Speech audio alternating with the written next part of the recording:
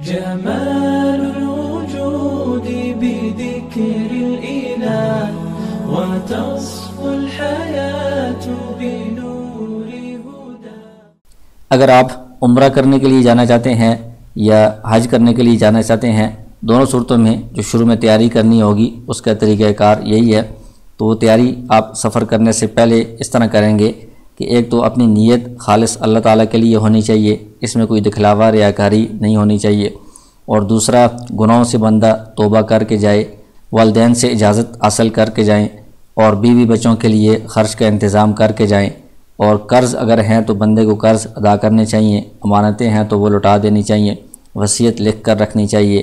اور مردوں کو داڑھی رکھنے کا اور خواتین کو پردے کا اہتمام ابھی سے شروع کر دینا چاہیے۔ جب بندے کا حج یا عمرہ کے لیے جانے کا ارادہ ہو تو اس سے کچھ عرصہ پہلے ہی جسمانی اور ذہنی تیاری کرنی ہوتی ہے۔ حج اور عمرہ میں پیدل بہت زیادہ چلنا پڑتا ہے اور اس میں کافی مشقت ہوتی ہے، تو اس لیے پہلے سے بندے کو پیدل چلنے کی عادت ڈالنی چاہیے۔ تو کچھ عرصہ پہلے سے آپ روزانہ 1 کلومیٹر، پھر 2 کلومیٹر، پھر 3 کلومیٹر تک چلنا شروع کریں، تو اس طرح کچھ عرصے میں عادت بن جائے گی۔ اگر کوئی بیماری وغیرہ ہے تو اس کے متعلق چیک اپ کروا کر دعائیں تجویز کروا لینی چاہیے۔ وہاں پر لفٹ کا استعمال ہوتا ہے تو اس لیے یہ بھی سیکھ کر جانا چاہیے، اور اکثر جو عمارتیں ہیں وہاں پر کموڈ نصب ہوتا ہے، تو کموڈ میں بیٹھنے کا صحیح طریقہ کیا ہے اس کا بھی خیال رکھنا چاہیے۔ اور وہاں پر بہت گرم موسم ہوتا ہے اور بعض اوقات دھوپ میں گرمی میں چلنا پڑتا ہے، تو اس لیے سر کھلا رکھ کر دھوپ کے اندر کچھ عرصہ چلنے کی بھی پریکٹس کرنی چاہیے۔ اس سفر میں جو ضروری سامان ہے اس کے متعلق یہ لسٹ آپ اس کا اسکرین شاٹ لے کر اپنے پاس رکھ لیں، اور اس کے مطابق یہ چیزیں آپ اپنے پاس پہلے سے تیار کر کے رکھ لیں۔ ان میں سے کچھ اہم چیزیں ہیں، ان کا ہم ذکر کرتے ہیں۔ سب سے پہلی چیز یہ ہے کہ حج اور عمرہ سے متعلق کوئی مستند کتاب آپ کے پاس ہونی چاہیے۔ چھوٹی جیبی سائز میں بھی کتابیں مل جاتی ہیں، بڑی کتابیں بھی مل جاتی ہیں، اور آج کل موبائل فون میں بھی PDF کی صورت میں آپ محفوظ کر سکتے ہیں۔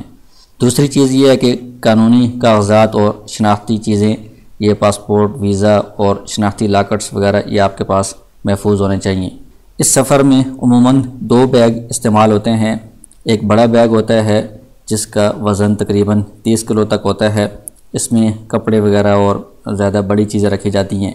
ایک چھوٹا دستی بیگ ہوتا ہے جس کا وزن تقریباً 7 کلو تک ہوگا، اس میں چھوٹی موٹی ضرورت کی اشیاء جو بندہ ہر وقت پاس رکھے وہ رکھی جاتی ہیں۔ مردوں کے لیے احرام کا خاص لباس ہے کہ یہ چادریں باندھنی ہیں، اس کا طریقہ کار آگے آئے گا، تو اس لیے جو احرام کی چادریں ہیں یہ پہلے سے بندہ اپنے پاس ان کا بندوبست کر لے۔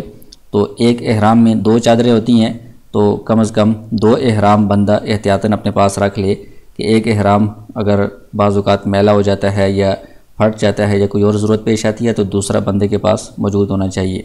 احرام میں چونکہ جیب نہیں ہوتا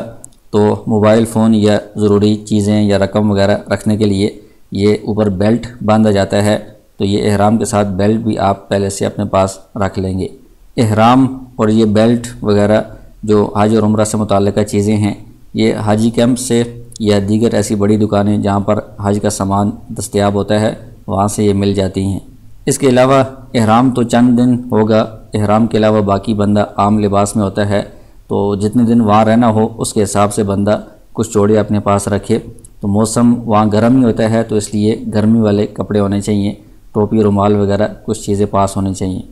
اور اگر حج کے لیے جا رہے ہیں تو وہاں چونکہ مزدلفہ میں ایک رات باہر کھلے میدان میں گزارنی ہوتی ہے جہاں پر کوئی بستر وغیرہ کا انتظام نہیں ہوتا،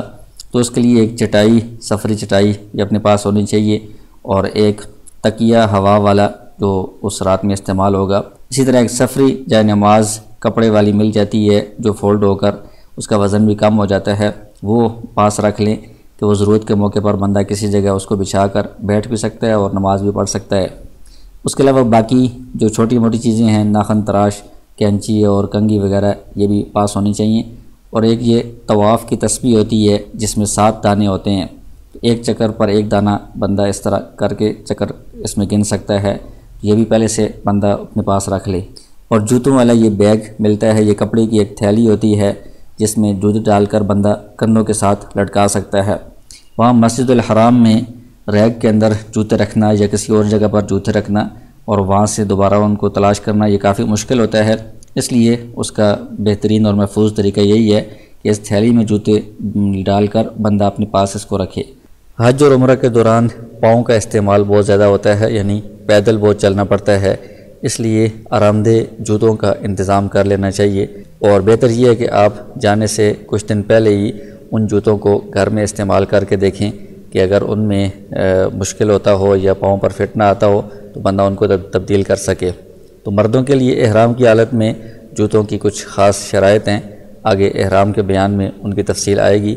تو ان شرائط کو دیکھ کر جوتوں کا انتظام کریں۔ اور خواتین کے لیے کوئی خاص جوتا نہیں ہے، وہ کوئی بھی جوتا پہن سکتی ہیں، تو اپنے حساب سے وہ جو آرام دہ اور بہتر جوتا ہو اس کا پہلے سے انتظام کر لیں۔ سعودیہ میں سعودی کرنسی ریال کا استعمال ہوتا ہے، تو اگر حج کا سفر ہے تو کم از کم 2000 ریال کا انتظام کر کے جانا چاہیے، اور عمرہ کا اگر سفر ہے تو اس میں 1000 ریال بندے کے پاس ہونے چاہیے، اور واپسی تک کم از کم 100 ریال بندے کے پاس ہو، کسی وقت بھی اس کی ضرورت پیش آ سکتی ہے۔